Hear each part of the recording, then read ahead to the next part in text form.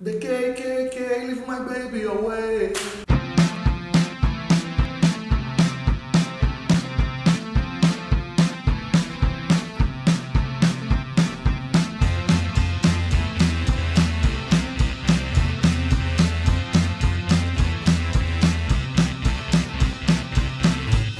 E a videoaula de hoje é sobre a KKK, Ku Klux Klan, né? Essa entidade aí que você já deve ter ouvido falar através de algum tipo de mídia, né? Cinema, séries de TV, né? A cultura pop americana gosta bastante de utilizar essa referência histórica deles, inclusive para poder fazer uma autocrítica, né? E esse tema aí voltou à tona nessa última semana e resolvi montar essa videoaula aí para vocês hoje.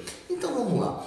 Aqui no Brasil a gente não tem grandes fontes de pesquisa sobre a Ku Klux Klan, eu consegui alguma coisa em cima de artigos, né? Mas eu acho que dá para dar uma apresentação legal sobre o tema. Então vamos lá. Primeiro, a Ku Klux Klan ela não é uma entidade que tem uma história contínua, né? Na verdade ela está dividida em 3 fases, em 3 momentos aí, né? Todos eles mais ou menos interligados e que fazem referências a momentos históricos bastante importantes, da importância dessa aula de hoje aqui, tá?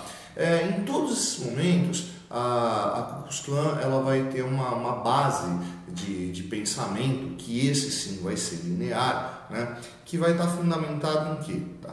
Primeiro ponto, a supremacia branca. Segundo, o nacionalismo, mas um nacionalismo branco, né? Não incluindo aí os descendentes de escravos, ou as comunidades indígenas, ou os imigrantes vindos da América Latina, ou da Ásia, ou seja lá o que for. E por fim, uma ação anti-imigração, que reflete o segundo ponto. Tá? Então esses 3 pilares sempre estiveram presentes na ação da Ku Klux Klan, né? Posteriormente, no seu desenvolvimento, aí, outras ideias vão começar a aparecer, né? Como por exemplo o anticatolicismo, o antissemitismo e até mesmo o nordicismo, né? Tá? Nordicismo, se você não está entendendo o termo, tem a ver com uma referência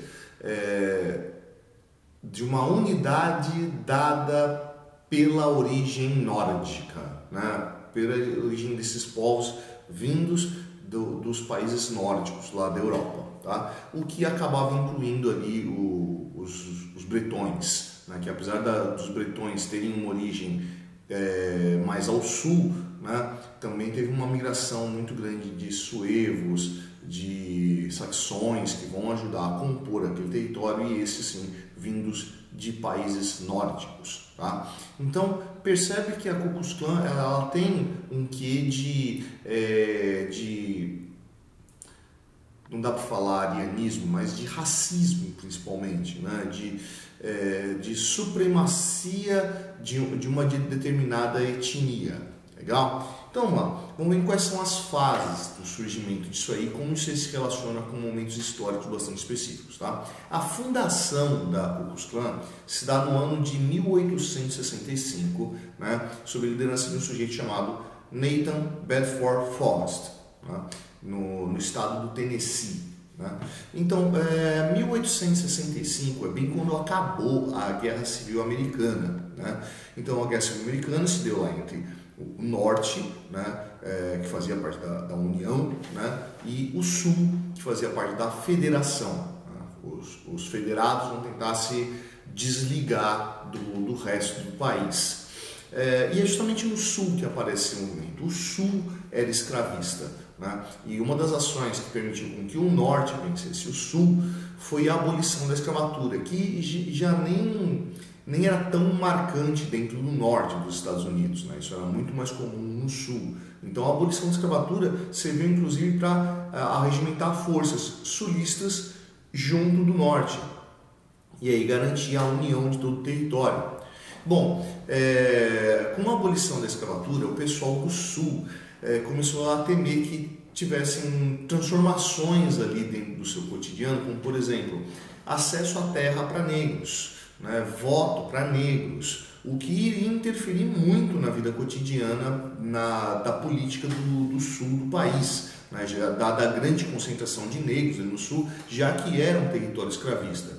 Então, tentando combater esses direitos, né, que poderiam vir, no encalço aí da abolição da escravatura, surge lá a Ku Klux Klan, né? Esse grupo aí, ele no começo ele não tinha assim, a representação que vai ter no segundo momento da Ku Klux Klan, né? Ainda assim, vai conseguir uma certa força ali no sul do país, mas concentrada no sul do país. Esses grupos ali ainda não tinham essa configuração que a gente conhece, né? Inclusive os mantos que eles utilizavam eram coloridos, né? Mas já tinha a ideia do capuz cônico, né? E a máscara para proteger a identidade, já que um dos objetivos da Ku Klux Klan era justamente fazer ataque terrorista, né? Atingir grupos que lutavam por esses direitos de população negra, inclusive cometendo ali alguns crimes como assassinatos, né? Então, para proteger a identidade, esses grupos ali vão utilizar essas máscaras.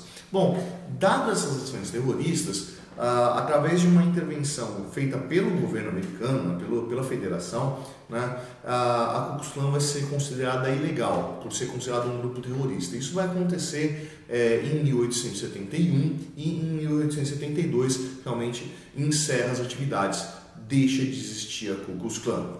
Bom, vai ter um lapso de tempo aí da existência da Ku Klux Klan e aí vai aparecer a nova versão da Ku Klux Klan, que aparece em 1915, liderado por um sujeito chamado William J. Simpson. William J. Simmons, né? E isso vai acontecer na cidade de Atlanta. Bom, em 1915, vamos lembrando ali que em 1914, quando acontece a Primeira Guerra Mundial. Então, em 1915, está rolando a Primeira Guerra dentro da Europa. E o que vai acontecer? Devido à guerra, vai começar a surgir uma grande onda migratória, vindo da Europa para a América, e muitos indo para os Estados Unidos, né? Afinal de contas, era um país bastante desenvolvido, com uma indústria já crescente e com oportunidades de empregos. Então, muita gente começa a chegar dentro do território americano. Nesse momento, então, renasce a Ku Klux Klan. E ela tinha, assim, bem caracterizadamente, uma ação anti-estrangeiro, né? Uma ação anti-imigratória, né? E isso vai acabar apontando o dedo para uma série de grupos, né? Entre eles judeus e católicos. Por que católicos, né?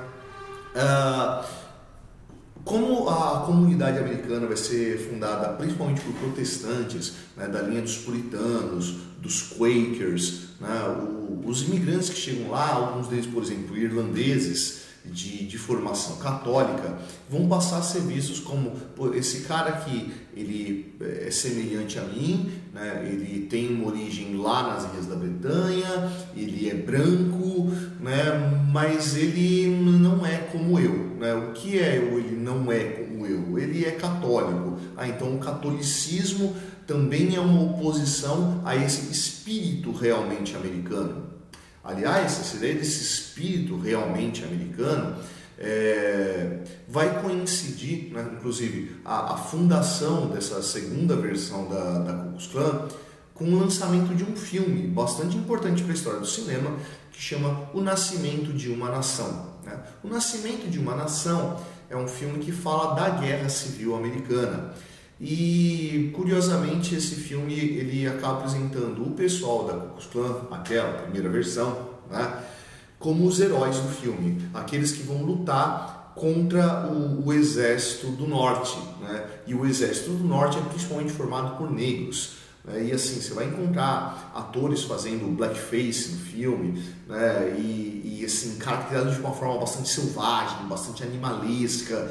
E aliás, esse filme tem uma série de críticas a ser feitas justamente por ter essa postura assim, bastante preconceituosa, bastante racista, mas que para o momento em que foi feito, não dá para a gente olhar com os mesmos olhos. Esse filme, inclusive, justamente por isso, fez bastante sucesso ali no Sul, o que permitiu gerar um impulso ao fortalecimento da Ku Klux Klan nesse momento. Essa segunda fase da Ku Klux Klan vai ser um momento onde mais vai ter força, né? Tanto que na década de 20 vai chegar a mais de 4 milhões de membros na Ku Klux Klan. Temos que pensar, inclusive, ali que década de 20 vai ser um momento onde vai começar a eclodir lá na Europa os movimentos fascistas, né? O fascismo italiano, né? O nazismo alemão, o franquismo na Espanha, o salazarismo em Portugal, né? Esses movimentos vão começar a ganhar força ali na década de 20 e que vai eclodir realmente na década de 30. Mas isso começa a ganhar uma força e isso não foi à toa, essa coincidência desses movimentos na Europa, né? Isso aí estava ligado a um posicionamento global, onde vão surgir esses movimentos nacionalistas, esses movimentos de valorização do próprio povo, e isso vai encontrar um reflexo nos Estados Unidos, e que vai ganhar uma expressão justamente onde? Na Ku Klux Klan, né? Já que tem esse movimento anti-imigratório, esse movimento altamente nacionalista, né? Vai acabar ganhando uma força, e é justamente nesse momento onde a Ku Klux Klan vai acabar ganhando a forma que a gente conhece hoje, né? Os cavaleiros lá que vão fazer aquelas cerimônias públicas em grandes espaços abertos, com cruzes pegando fogo, né? O manto branco com o chapéu cônico, né? Tudo isso aí se configura nessa segunda fase, né? E assim, na hora que chega a década de 30, que vai aparecer a Grande Depressão dada pelo craque da Bolsa de 1929, né? Isso vai ganhar novas cores, né? Porque com a Grande Depressão vai começar a ter um novo inimigo da Ku Klux Klan, que é o que? Os movimentos sindicalistas, né? Então aqueles movimentos de trabalhadores que vão ser inspirados por ideais socialistas, que também estavam em voga nesse momento, dado a Revolução Russa de 1917. Então um outro alvo da Ku Klux Klan vai ser os comunistas, ou qualquer um que eles considerassem comunistas, como por exemplo os movimentos sindicais, né?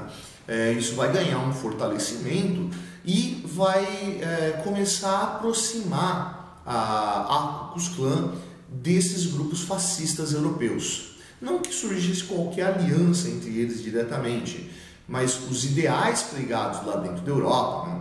Alemanha, Itália, vão começar a chegar na América e vão começar a dar uma cor nova aí para a Ku Klux Klan, né? Então não era simplesmente mais um movimento nacionalista, né, anti-imigratório, né, um movimento que vai combater os grupos de entidades negras, mas agora também que vai combater comunistas, né? Então esse alinhamento inclusive vai ser a chave para a decadência da Ku Klux Klan, né? Por quê? Vamos lembrando que quando chega a década de 40, os Estados Unidos vai entrar na guerra, e ele vai entrar na guerra do lado dos aliados, não do lado do eixo. Como a Ku Klux Klan estava se alinhando ali com pensamentos dos fascistas, na hora que os Estados Unidos se alia aos aliados, isso vai começar a pegar um pouco mal, né? Então a Ku Klux Klan começa a ser vista com maus olhos, começa a ser interpretada como, pô, esses caras estão do lado do inimigo, né? Essa ideia extremamente nacionalista, racista, de segregação de judeus, começou a não cheirar muito bem. Mesmo que muitos membros da Ku Klux Klan tenham se aliado ao exército para lutar contra o que eles chamavam de ameaça amarela. Lembrando que o papel dos Estados Unidos durante a Segunda Guerra Mundial foi muito mais na Guerra do Pacífico do que da guerra na Europa, né? Então o conflito com os japoneses vai ser muito mais marcante na história dos Estados Unidos na Segunda Guerra do que no ambiente europeu, né? Então, mesmo com esses membros lutando do lado do exército americano, eles vão passar a ser mal vistos, porque eles são os caras contra a imigração de orientais dentro dos Estados Unidos, né? Eles vão ser os caras que vão ser vistos como racistas, e isso aí vai gerar um enfraquecimento dos Estados Unidos, da Ku Klux Klan nos Estados Unidos, né? A ponto de chegar ao final da guerra, né, 1945, e a Ku Klux Klan ser fechada novamente, né? Então ela tem o seu segundo fim, a sua segunda morte. No entanto, ela vai renascer de novo. Quando? Pouco tempo depois, década de 1950. E o que vai acontecer lá nos Estados Unidos que vai garantir o renascimento da Ku Klux Klan? A luta pelos direitos civis. Então, na década de 50, década de 60, vai ser quando vai aparecer a luta pelos direitos civis e contra as leis segregacionistas. Né? Então, esse movimento de inclusão da comunidade negra vai fazer com que renasça a Ku Klux Klan. Dessa vez, né, a Ku Klux Klan não vai estar localizada como foi na primeira e na segunda versões da Ku Klux Klan. Ela vai estar espalhada por todos os Estados Unidos em pequenos nichos. Então não vai voltar a ter aquela força que teve da segunda versão da Ku Klux Klan, onde tinha lá mais de 4 milhões de membros, né? Agora você vai pegar ali somando diversos nichos que vão aparecendo nos Estados Unidos e que vai sobreviver até hoje, né? A Ku Klux Klan, desde a década de 50 até hoje, ainda existe, só que agora segmentada em movimentos locais, né? Não em movimentos nacionais. É óbvio, esses grupos eles acabam estabelecendo determinadas alianças, acabam estabelecendo relações entre si, só que essas relações são eventuais, não mais uma união nacional. Então, teve um enfraquecimento do movimento da Ku Klux Klan, só que ele permanece até hoje, dessa vez advindo dos direitos civis para negros dentro dos Estados Unidos. Percebe que essa entidade aí, ela acaba acompanhando a história dos Estados Unidos em todos os momentos ali onde vai ter alguma alteração no status quo daquela sociedade.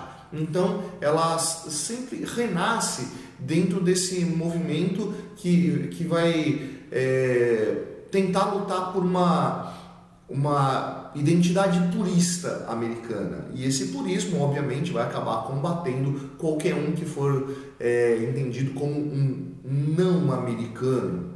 Ultimamente, aí, esse grupo aí tem ganhado alguma evidência, né, gerado justamente por movimentos migratórios, né, por aparição de grupos mais libertários dentro dos Estados Unidos e que vai permitir com que esse grupo, assim, não dá nem para dizer conservador, né? Conservador ia ser muito bonzinho para falar, reacionário mesmo, né?